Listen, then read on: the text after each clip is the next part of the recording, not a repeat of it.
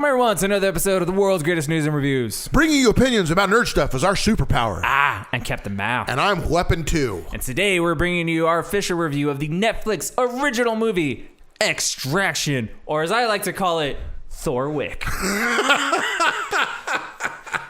Nice. Thank you. That's exactly what it is. That's exactly what it is. Yes. All right. So keep the first part of this review spoiler free. As always, we'll give you a heads up before we start spoiling it. But this is a Netflix original movie starring Chris Hemsworth. It is, I believe, written and directed by the Russo brothers, or at least one of them. Yes. I think it's both the brothers. I think it's both of them, yeah. Yes. So what is this about, Weapon 2? Well, so let me gather my thoughts here for a second. So what happened is there's some third world drug lords that are in some type of a battle or competition. And so one of them decides that he's going to get the upper hand on the one that happens to be in prison at the time. And he's going to kidnap his son. And so he does that. And so apparently people think that the drug lord who's in prison has more available cash than he does. And he doesn't. So what he tries to do is hire super expensive crew of people to extract his son and bring him to safety. But he's like, I don't really have all the money. So there's a whole bunch of stuff that happens down the line when we get to spoilers that I'll tell you, where he's got to switch things up. And so the people who are going to save the kid don't really know what's going on. But what this is it is a way more believable on face value type John Wick story, where you have this guy who's super trained mercenary military guy. He's muscled out, strong, looks like he's physically capable of kicking anybody's ass. So that's kind of how I sold this to friend of the show H. Dresden and Captain Mal when I told him, hey, you guys seen this yet? I think you need to watch it. It's cool. It's nonstop action. It's got a lot of cool stuff that I like whether it's an actual, that has a lot of the long shots where the camera runs for a long time and follows them throughout the thing. I think there's a few times somebody tried to explain to me where they think that there's some trickery where they cut away, but you don't see the cut. I'm not sure that that's all the way true, but even if that is true, there is a whole lot of long camera shots, and it is pretty masterful the way they do this stuff, where the camera's following and jumping down off of things and going through rooms and following you through. That's always amazing to me when it comes to making a movie. Yeah, so I agree with everything you just said. The movie itself, the story's good, if not a little bit predictable. It does the thing. So Chris Hemsworth's character is basically like a mercenary who goes in to rescue this kid. And it does a thing where it's like, oh, they're hiring like the damaged mercenary. He's like the best at what he does, but he has demons and he's like having dreams or whatever, or flashbacks as to what they might be. And you kind of... Don't they all have demons, they though? They do, but you kind of predict exactly what it is, albeit not how things happen. We'll talk in the spoilers. But even though it was, you kind of see what it was, didn't take away from the story at all, didn't take away from the acting in the story. And he said that exactly right. So Keanu Reeves and John Wick is awesome and badass and all that, but he's also like a 50-year-old dude who's like not a brick shithouse, right? Right. Chris Hemsworth is a very believable badass. He's not quite in Thor shape, but watching him go John Wick on guys and like he's using, he knows how to fight and he's using the gung fu and all that. But a lot of the time he's just kicking dudes through walls and like picking them up and throwing them around, and it is way more believable, the action sequences, when he's doing that, where you're just like, oh shit. Yeah, I buy every bit of this. This totally looks like shit that would happen. There was stuff that was super believable where you have a rifle and you're in close combat, and then you start using the rifle as a blocking device and a bludgeoning device because you're so close and you got this stuff going on. That is all super believable. Yeah, that's what would really happen in those types of situations. They're not far at the distance where you can shoot, so all of a sudden it's a melee weapon. Yeah. There's also like there are several scenes when he's like picking up people and like swinging them around and hitting other people with them, and so it just reminded me. Did I miss that? I don't think I remember the swinging people around. Well, it was with the kids when the kids jump him in the alley. Yeah, and so I don't like kids, and he just starts chucking the kid by the ankles. I was like, oh my god, I died! Like I died laughing. That was the funniest thing ever. But the story is pretty heartwarming because he's all about like getting the money, getting the payday, and all that. And we get on to spoilers. We'll see and talk about how he does have a heart. He's a person, you know what I mean, and he does what's right. freaking your boy Red Guardian's in this. Who is that? Hellboy. Yeah, you're talking about what's his name? Starts with an H. David Harbour. Yeah, David Harbour. David Harbour's in it, and he's fantastic in it. He's amazing. Like, he kind of steals, when he's in it, kind of steals the show. Yeah. He's very, very, very good. But yeah, so the action is great. Long, continuous takes in the action, and that's the best because the quick jump cuts and jump takes and where it's the camera angle's zoomed in and you can't tell what the fuck's happening. That's annoying as shit. The camera is always framed to where you can see what's happening. And even though fast things are happening and it's moving around a lot, you always have a clear sense of where everybody is and what's happening. And then when like there's scenes when they're running and it's following them closely, but because it does longer takes, it builds, kind of like 1917 did. Yeah. It builds tension. Yeah, that all builds tension. And I also like in this where there's times where you think things are over and things are done, and then something wild happens. Right. Yeah. And so to touch on your point, I think there were several sequences that were made to look like one continuous cut. I remember the first one that does it specifically. I was like, this is amazing. This is one long take. And then there was a moment where there could be a cut. Right. And it's where they're rounding a corner and it's a dark out kind of a or dark something thing. Comes through, or they do a pass through with a wall. Or but something. The way they do it, I'm sure there is a cut there, but they do it in such a way that it doesn't take away from anything. It's not jarring. It seems like we're still following. It still builds that same tension because you didn't see the cut happen. It's not that break for you. You're still building the tension. Unless you're people like us looking for it, you're not going to notice it. And that's where. And I didn't notice it when I was watching it the first time. I had to think about stuff like that. That's not something you see when it's happening. But it's done so well. It still keeps the immersion, which is the whole point of trying to shoot like that. So this whole thing, like if directing an action movie, Russo's knocked it out of the fucking park. Like, this is a really good example of how to direct a modern action movie. I heard one of the dumbest criticisms of this. What's that? And it was, they said, well, there's certain coloration where they colored everything yellow. And I'm like, yeah, they do that in movies all the time. Movies do mood coloring of things all the time.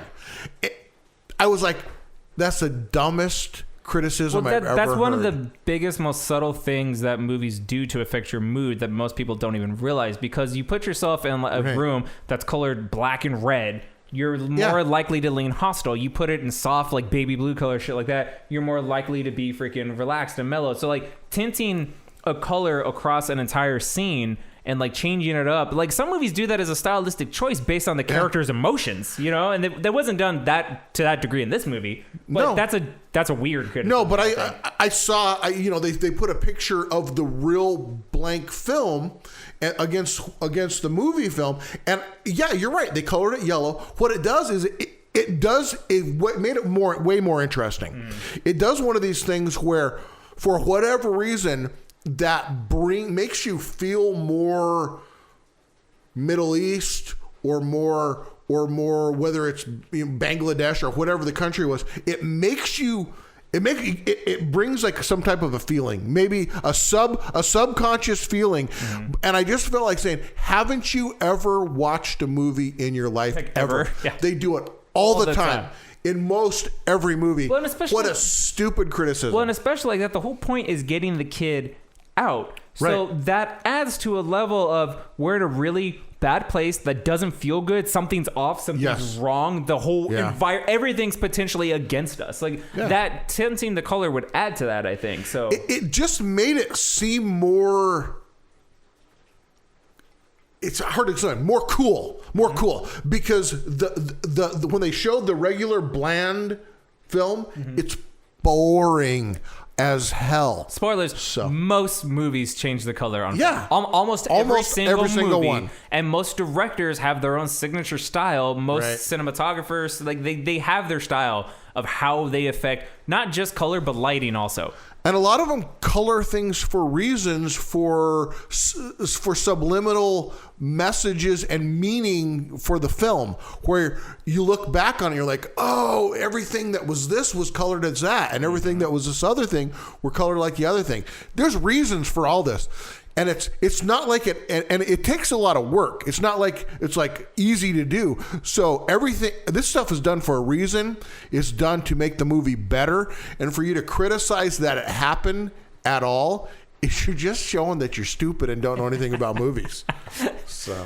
Yeah, but so I mean, I don't even know if we need to go into spoilers very much. Is there anything we need to spoil? A little bit. I want to go into the fact that hang on. So before we're going to spoilers, great movie. If you're looking for like an original action movie, something new, something fresh, especially because not a lot of stuff's coming out right now. There's a lot of really cool action. Great. Like the selling point is if you want an action movie, watch this movie. If you want an action movie that has a little bit more story than it needs to, with a likable lead and good directing, check. This is a very good action movie. This is a movie along with like 6 Underground where I'm just like, yeah, Netflix, like keep making shit like this. I very much appreciate it. So 100% recommend watching Extraction. Even if this were a movie in theaters, I would tell you to go watch it. I think it's worth that. Right? It's really good. Check it out. Spoiler alerts. Weapon 2, go. So the thing that the interesting thing that I kind of saw coming earlier on, but you really didn't understand, was when they were talking about, you know, the drug lord whose son's kidnapped, and he's trying to talk to his right hand man about how could you let this happen, and you got to get him back. And they're talking about how much money this team that they need to hire. They're like, these are the guys that can get him out, but they cost a lot of money. So you can hear him kind of talking like all the money's not going to be there or not available, but they hire him. What you find out is they like sent some of the money to him, and they're supposed to send some more money to him. And so they get the kid rescued and out to a certain place. And so the right-hand man comes in like a ninja or an assassin himself and starts killing some of the crew. That's the rescue crew, because he's going to take the kid from there. Because that's the time they're supposed to put some more money in the bank. Dad, right? What? He worked for his dad. He works for his dad. Yeah.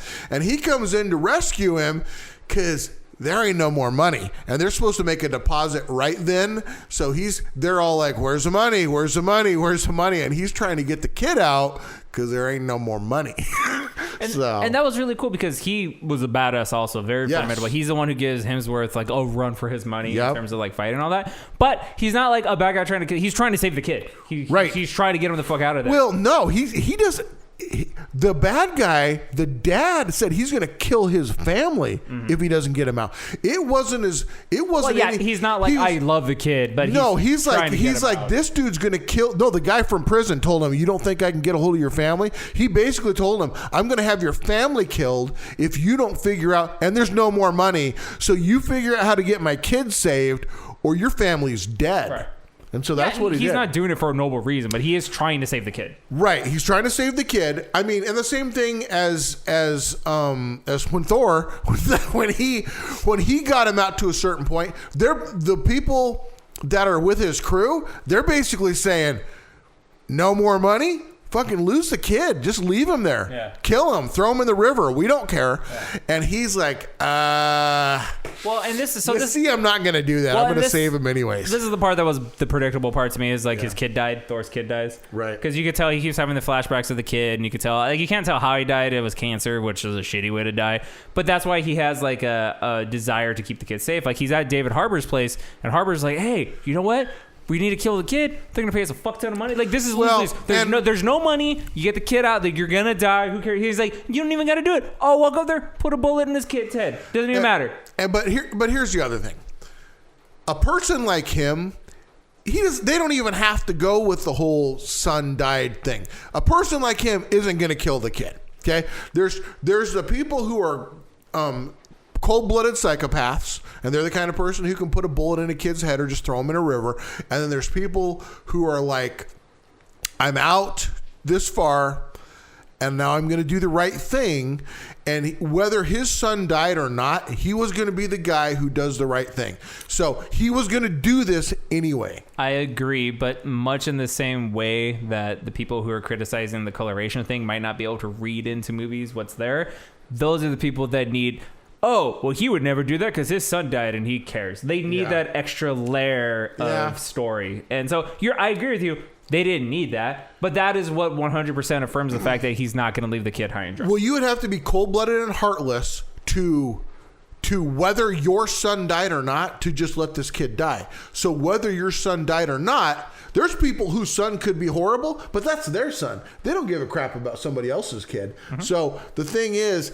That's kind of a simple a simple plot tool that is for people who have to have something kind of they need it spoon-fed to them a little bit. Who maybe can't figure out that a person has goodness and is going to do the right thing regardless, unless there's a reason. I've said it before. I'll say it again. I don't like kids. I wouldn't just leave one to die, though. Right. Like, I'm not a monster. I mean, you're already there. It's not like you're in your living room sitting on a couch and they're telling you go there. You're halfway through this stuff. Yeah. In fact, most of the hard stuff's already happened. You're doing it actively. Like, if they're just like, hey, Captain Mao, would you fly to India to save a kid? I'm like, well... You talking coach or first class? Like, what's happening here? No. Oh, have I already broke him out and I'm on the way to the boat to try to make my getaway? Like I'm halfway there, so I might as well try to see it out. I'm a good person, kind of. Sure. And the other thing that was when I said that how things happen out of nowhere when you think they've stopped is like when you think that the guys... When you think somebody's beat or whatever, and then somebody pulls in a truck and just runs the guy over. Oh, my God. When the dude got hit... Dude. Oh, God. So it was shot so well, and like it felt so visceral, the impact, that it makes you go, holy shit. But at the same time, because I'm broken, I started laughing my ass off because that was like the funniest fucking thing. Like, that was well done. Yeah. There was a lot of cool stuff in this. I mean, like you already said, this is a really cool action movie where stuff happens nonstop. It really gets going quick. It's got as good of any plot or story as any other action movie like this. So you could argue that's the weak point, but it's not even like it's bad. It's full of tropes. It's predictable a little bit. It's not bad. An action movie with a lot of action movie things in it.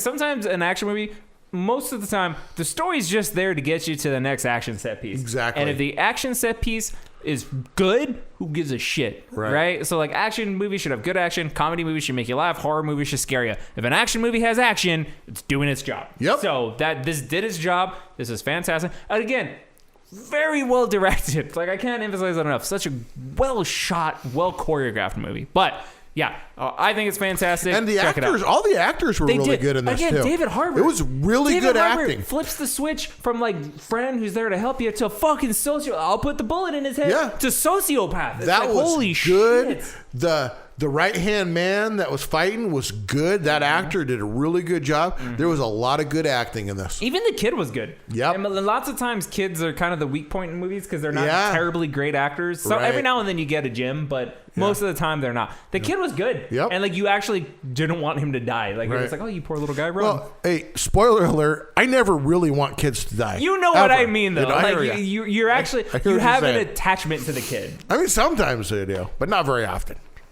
All right, Extraction on Netflix. That's what it's called, Extraction, right? Yeah, Extraction on Netflix.